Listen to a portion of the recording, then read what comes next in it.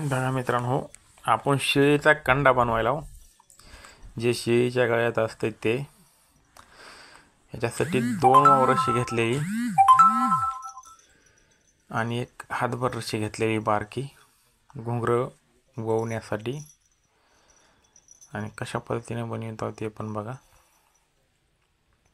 हे तुम्हाला बनवायला एकदम सोपं आहे, यात काही अवघड नाही. विशेष म्हणजे तुम्ही पदरावर पदर टाकून वळून घेऊ शकता. त्याची फक्त गाठ मारायची, एक सव्वाशे आणि एक उरपाटी. ह्या 2 गाठ्यामध्येच बराबर ठेवायले.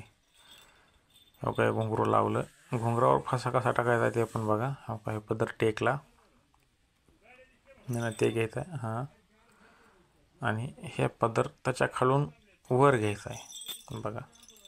जसा काय व्यवस्थित हां, फक्त थोडीशी हलकी टाईट करायची, लय लूज बी नाही लय टाईट बी नाही. आणि अशा पद्धतीनंच तुम्हाला 3-4 गाठीवर एक घुंगरू घालायचं बघा. झाल्यानंतर बघा हे लय भारी दिसणार आहे.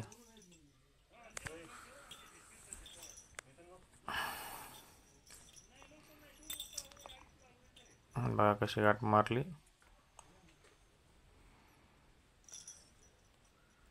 हे 2 घुंगरं आपण जवळ घेतलेली कारण कंडा मोठा होणे म्हणून.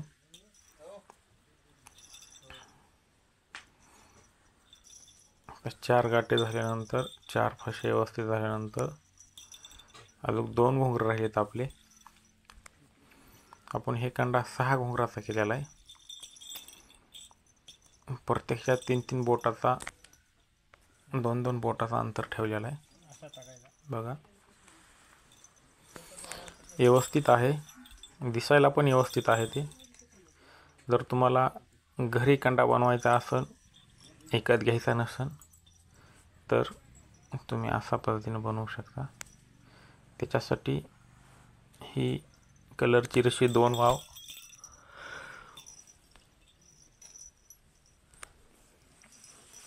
आणि 6 घुंगरं आहेत छोटे आणि एक मोठं. असे करून टोटल 7 घुंगरं आहेत बघा.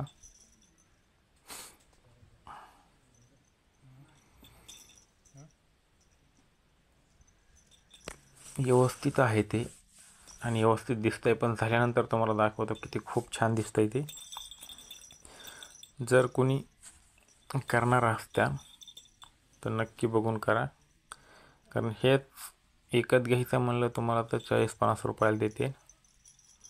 घुंगराची किंमत अलग, त्याच्यामुळे तुम्ही आपल्या घरी बनवू शकता. खूप छान होतंय बघा. ते पण शेवटचं लावलं.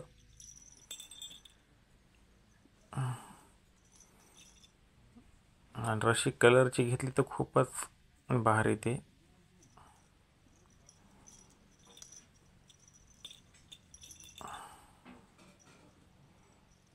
बघा 4 झाल्यानंतर तुम्हाला दाखवतो किती छान दिसतंय ते. शेवटचं घुंगरू लावलेलं आहे आपण, फक्त आता गाठी घ्यायच्या राहिल्यात. त्यानंतर बघा, मी तुमच्यासाठी काही ना काही नवीन नवीन बनवत असतो. चॅनलला नवीन असताना तर सबस्क्रायबर नक्की करा. आणि शिकण्यासाठी बघत असताना तर नक्की शिका. आणि काय माझं पण चुकलं हे सांगा. बघा कसा दिसतंय बघा, किती व्यवस्थित आहेत. बेल्ट झाल्यासारखं झालं आहे का नाही मित्रांनो, ते एकदम व्यवस्थित आहे.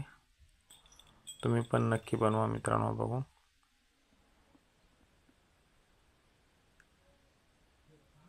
बघा किती भारी आहे. धन्यवाद मित्रांनो.